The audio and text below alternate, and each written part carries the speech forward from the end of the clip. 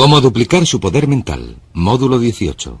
Albert Einstein dijo en una ocasión que todos los niños son genios al nacer, y las recientes investigaciones parecen indicar que todo el mundo conserva la capacidad de funcionar como un genio, siempre que haya en el campo adecuado.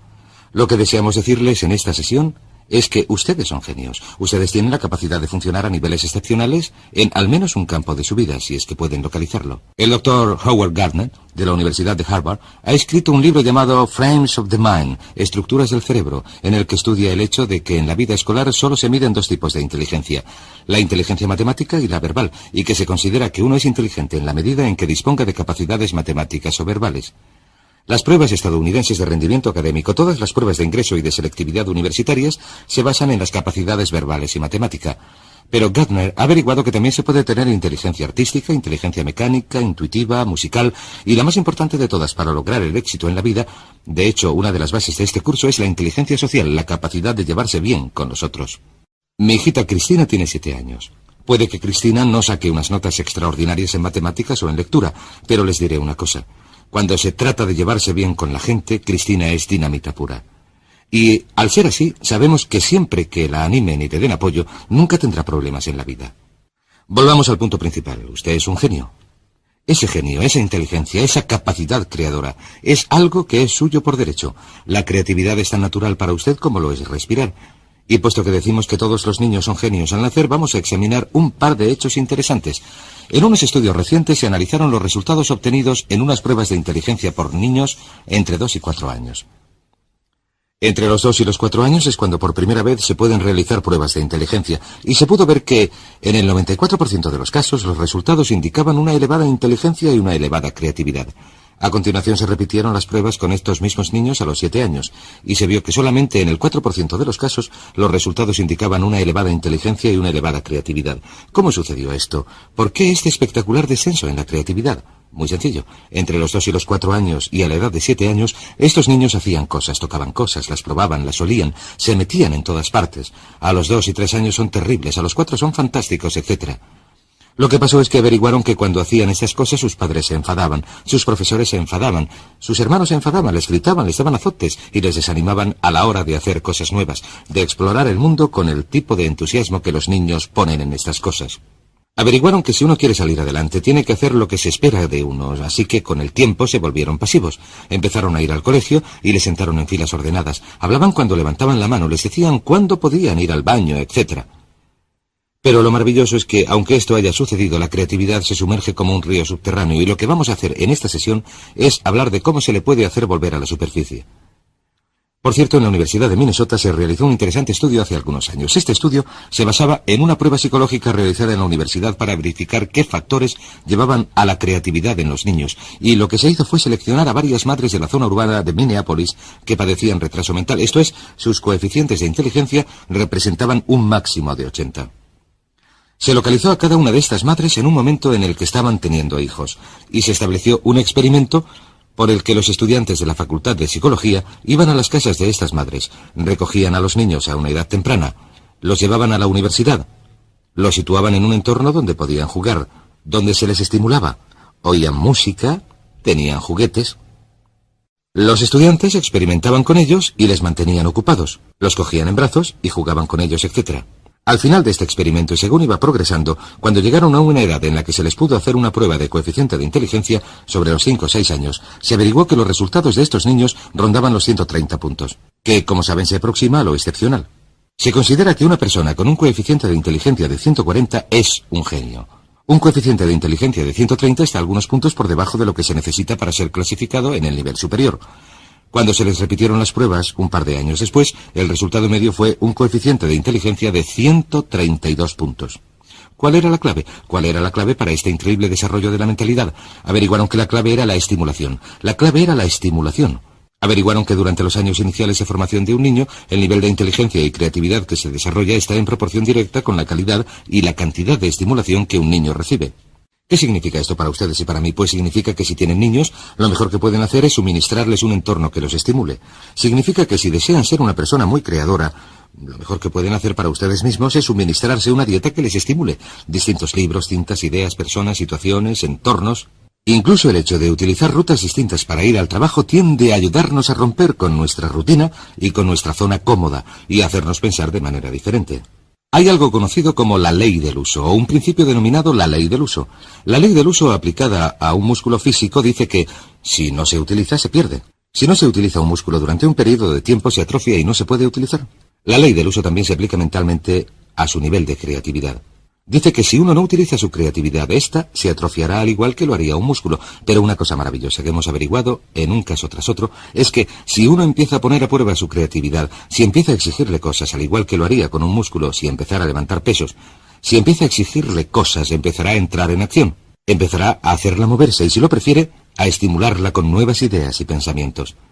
Así que la clave consiste en empezar a estimular su mente alimentándola con todo tipo de cosas que hagan que rompa con la rutina habitual. Hay otro aspecto interesante de la creatividad que resulta importante: el lenguaje. Una de nuestras averiguaciones consiste en que una de las correlaciones más estrechas en nuestra sociedad, la correlación directa con el éxito en cualquier campo, es la que existe entre el éxito y el conocimiento verbal.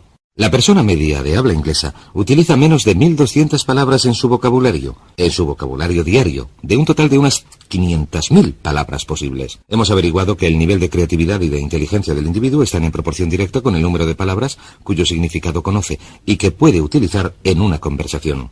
Por cierto, existen dos tipos de palabras: las que nunca se utilizan en la conversación, las que solamente se leen, pero también existen las que utilizamos continuamente en la conversación. La persona media solamente emplea 1.200. El niño medio, hasta los 5 años de edad, aprende a identificar y conocer el significado de unas 5.000 palabras. El adulto medio aprende 5.000 palabras al año, de modo que, cuantas más palabras se aprendan, más creador se hace el individuo. Lo que nos lleva a otra ley, denominada la ley de la creatividad. La ley de la creatividad dice que en la vida actual todo se inicia con las ideas, El éxito, el progreso, la felicidad, la prosperidad, el desarrollo de la vida de uno, dependen directamente de la calidad y cantidad de ideas que se desarrollen. Y lo que es sorprendente, si uno se centra en la cantidad de ideas, y yo he dedicado una enorme cantidad de trabajo al pensamiento creador, si uno se centra en la cantidad de ideas, se dará cuenta de que la calidad de las ideas es función de su cantidad. Hay quienes dicen que solamente van a desarrollar unas cuantas ideas. Esta es la gente con miedo al fracaso, con miedo al rechazo. Si uno se centra en generar una elevada cantidad de ideas nuevas que de algún modo mejorarán las cosas, ¿qué es la creatividad? La creatividad es la capacidad de producir mejoras.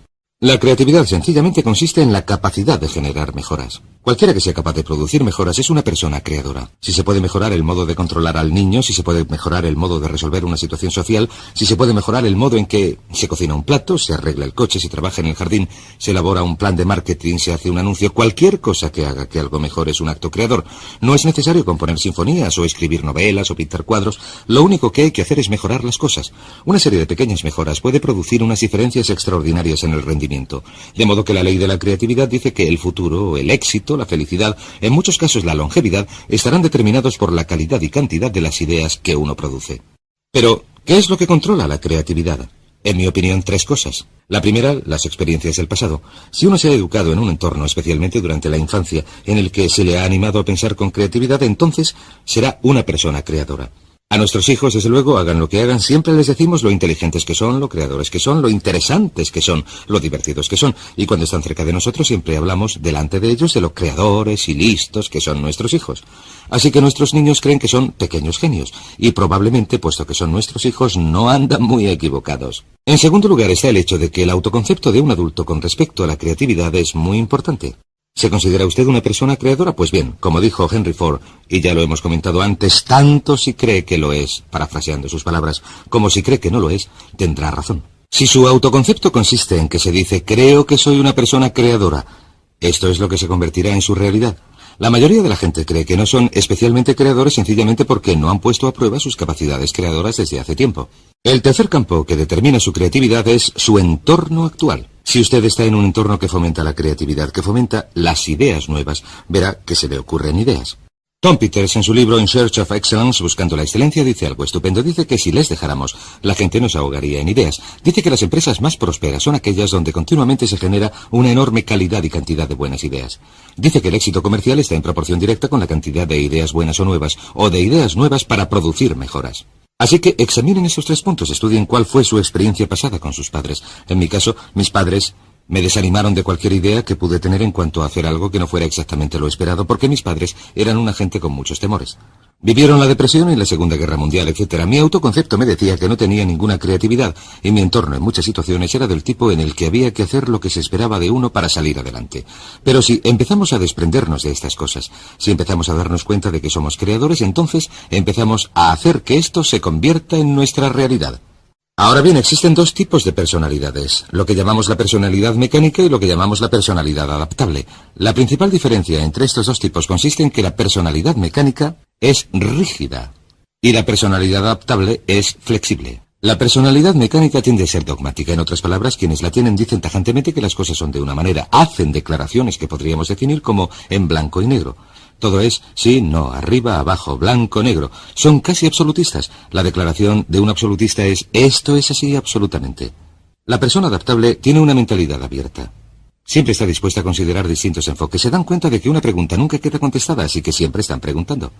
Siempre están haciendo más preguntas. Dicen cosas como ¿qué os parece esto? ¿Qué os parece si hacemos aquello? ¿O por qué no probamos esto? O esa podría ser otra idea. Y tienden, si lo prefieren, a ser fluidos. Si se plantea una idea nueva, si acaban de tomar una decisión y se plantea una idea nueva, dejan la primera y adoptan la segunda. Son muy flexibles. Y verán que las personalidades adaptables son las personalidades con más éxito, las más felices. De hecho, existe una relación directa entre un amor propio reducido y la falta de seguridad. Falta de seguridad. La gente recurre a su inseguridad. Y la gente con un elevado amor propio con seguridad, los que están satisfechos consigo mismos, están dispuestos a cuestionar las ideas. De modo que pregúntense en qué lugar del gráfico se sitúan ustedes en cuanto a tener una personalidad mecánica o adaptable. Y he aquí 4 preguntas fáciles que se pueden hacer, 4 maneras fáciles de analizarse. Pregúntense lo siguiente: ¿con qué facilidad en una escala de 1 a 10 pueden hacer una de estas manifestaciones?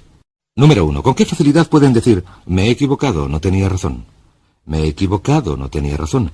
Verán, las personas adaptables, las personas flexibles y fluidas están dispuestas a reconocer que se han equivocado, y las personas mecánicas, o si lo prefieren rígidas, son las que no pueden admitir que se han equivocado, de modo que lo que hacen es esforzarse por ocultar su error.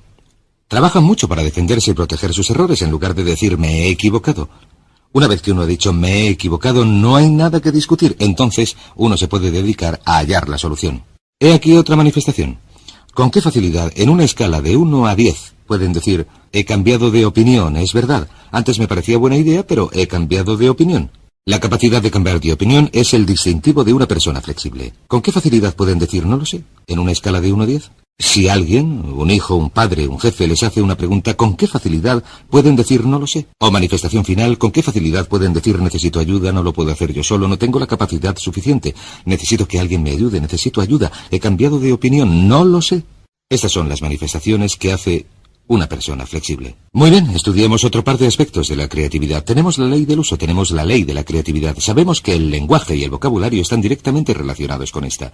Sabemos que el autoconcepto es parte esencial de la creatividad, que cuanto más se gusta uno a sí mismo, cuanto más cree uno en sí mismo, más probabilidades tiene de ser creador. Así que el siguiente punto es preguntar. Sencillamente, la capacidad de hacer preguntas.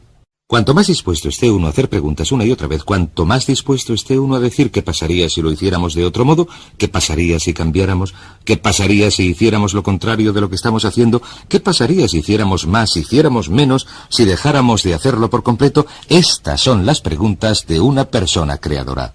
Ahora bien, como ya he dicho, usted es un genio. Sin embargo, ¿va usted a desarrollar su genio plenamente? El único modo de que pueda desarrollar su genio plenamente es empezando a utilizar algunas de las técnicas que hemos comentado en este seminario. Una de ellas es tener unas metas muy claras. Si usted tiene unas metas claras que desea lograr, estas estimularán su creatividad, como comentaremos en el próximo módulo. La segunda parte es empezar a utilizar afirmaciones, y la mejor afirmación es soy un genio, soy un genio, soy un genio, y repetirlo una y otra vez. Sucederá algo sorprendente si repiten estas palabras. En su mente consciente y subconsciente, cuando empieza a decir una y otra vez en su mente consciente, soy un genio, soy un genio, soy un genio, usted impulsa el mensaje al subconsciente. ¿Sabe lo que hace el subconsciente? El subconsciente dice, de eso nada, ganso, no se te ha ocurrido una idea decente en los últimos 10 años. Pero usted dice, soy un genio, soy un genio. Usted hace que penetre el mensaje, imprime el mensaje en su subconsciente. El subconsciente le conoce, lleva mucho tiempo con usted, sabe que nunca se le ocurre nada que valga la pena, pero usted insiste. Soy un genio, soy un genio, soy un genio. Continúa haciendo que penetre el mensaje. Finalmente el subconsciente dice, Muy bien, si esta es la nueva orden, si es esto lo que quieres, allá va. He aquí una idea. Haz algo con ella. Y en medio de una conversación, cuando uno está hablando de un problema, de repente se le ocurre una idea y alguien dice, caray, qué buena idea. Y usted contesta, claro, ya sabes, soy un genio. Y le repiten, sí, es una idea bastante buena. Y verá que se convertirá en un genio en la medida en que acepte la creatividad innata. Es como si viviera en un terreno y debajo de ese terreno hubiera un enorme depósito de genio, y cuando afirme algo una y otra vez irá perforando más y más hasta llegar a un punto, al afirmar y visualizar, a un punto en que alcance este depósito de genio y el genio empiece a manar como si fuera un pozo de petróleo.